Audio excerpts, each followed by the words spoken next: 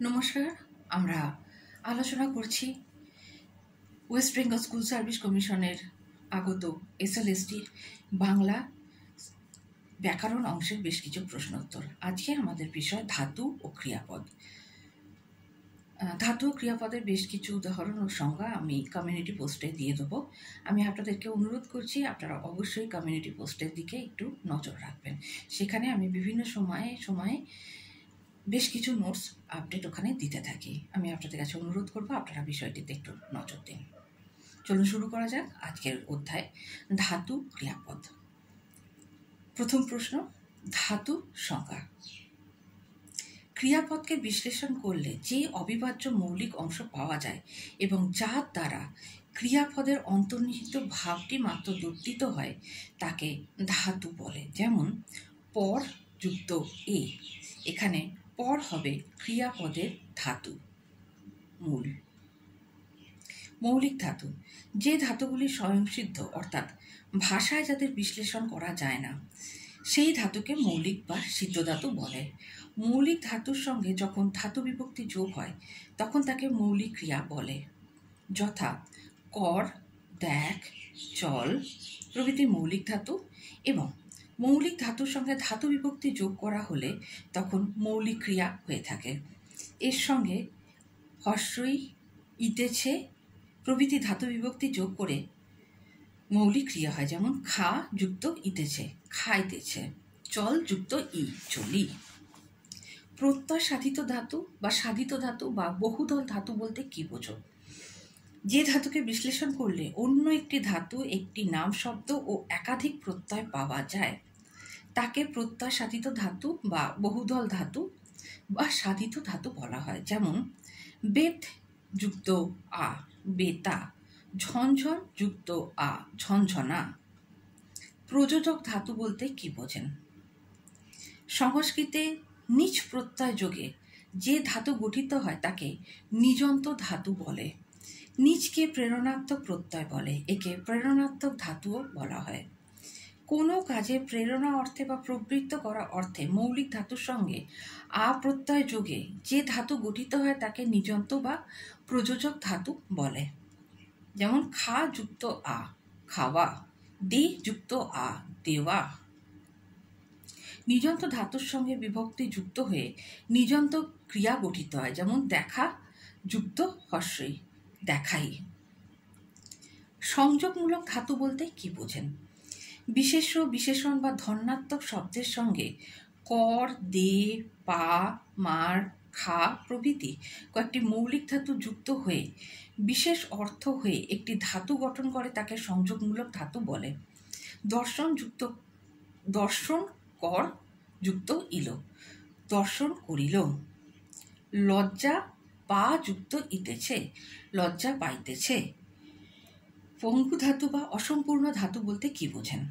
কতগুলি মৌলিক ধাতু আছে যার সঙ্গে বিভক্তি যুক্ত হয়ে ক্রিয়াপদ গঠন করলে সেই ক্রিয়াপদের সর্বকালের অর্থাৎ অতীত, বর্তমান, ভবিষ্যৎ রূপ পাওয়া যায় না, সেই ধাতুগুলিকে পঙ্গু ধাতু বা অসম্পূর্ণ ধাতু বলে। যেমন আচ, যা, বট প্রভৃতি।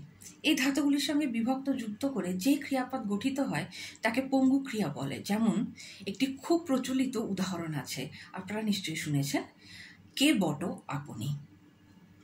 নাম ধাতু, বিশেষ্য, বিশেষণ বা ধন্যাত্মক অব্যয় পদ ধাতুর মতো ব্যবহৃত হলে সেগুলিকে নাম ধাতু বলে। নাম বা শব্দের সঙ্গে আ প্রত্যয় যোগ করে নাম ধাতু গঠন করা হয়। কখনো কখনো আ প্রত্যয় যোগ না করেই বিভক্তি যোগে নাম ধাতুজ ক্রিয়াপদ গঠিত হয়। বিশেষ্য, বিষ যুক্ত আ, বিষা, থেকে বিষা যুক্ত ইলো, বিষাইল।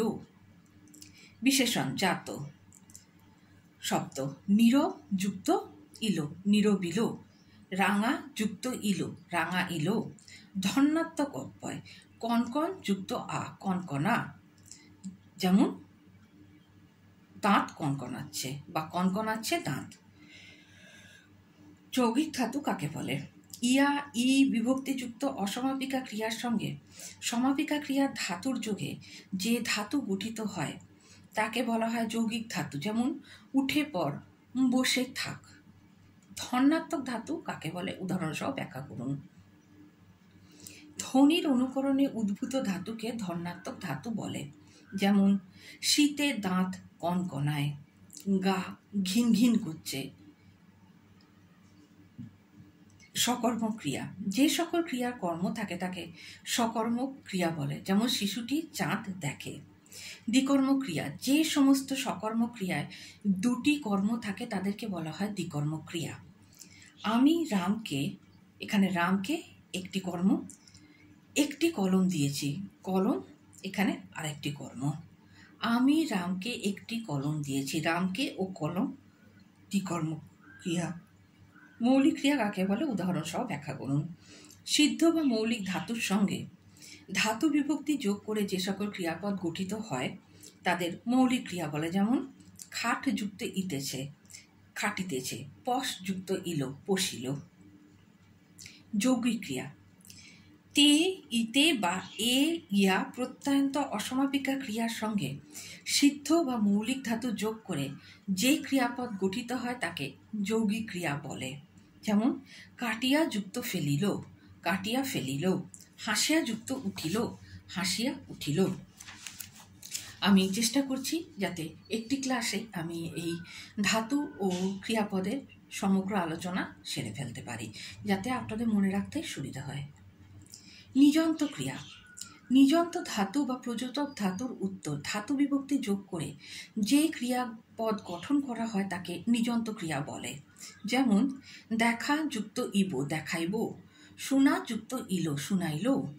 অনুজ্ঞাভাব, যে ক্রিয়ার দ্বারা আদেশ, অনুরোধ, উপদেশ, অনুমতি, প্রার্থনা ইত্যাদি বোঝায় সেই ক্রিয়ার ভাবকে অনুজ্ঞাভাব বলে।